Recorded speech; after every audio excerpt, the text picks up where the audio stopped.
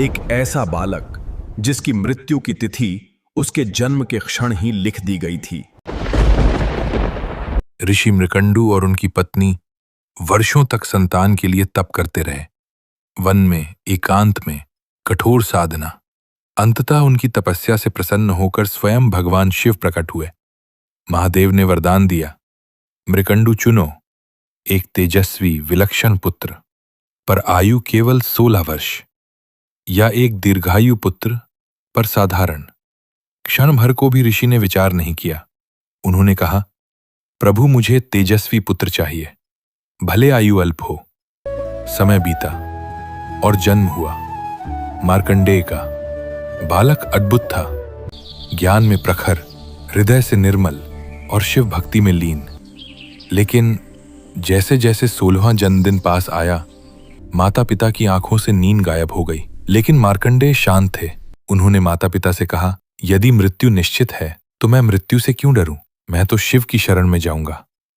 अपने अंतिम दिन वो शिव मंदिर पहुंचे, शिवलिंग को बाहों में भर लिया, आंखें बंद की और महामृत्युंजय मंत्र का जाप करने लगे। अचानक आकाश काला पड़ गया, बिजलियां चमक उठी, धरती कांपने लगी। मृत्यु के देवता यमराज प्रकट हुए, हाथ में पाश। उन्होंने गंभीर स्वर में कहा, समय पूरा हुआ बालक। लेकिन मार्कंडेय अडिग रहे और मंत्र का जाप तेज हो गया। यमराज ने पाश फेंका, पर वो पाश बालक के साथ शिवलिंग को भी बांध गया और उसी क्षण भयानक गर्जना हुई। शिवलिंग से प्रचंड प्रकाश फूटा। स्वयं महादेव प्रकट हुए, त्रिशूल हाथ में, नेत्रों में अग्नि। उनकी आवाज गूंजी, मेरे भक्त को स्पर्श करने का साहस कैसे हुआ? शिव के क्रोध से यमराज विचलित हो उठे। त्रिशूल की ज्वाला से मृत्यु भी पीछे हट गई।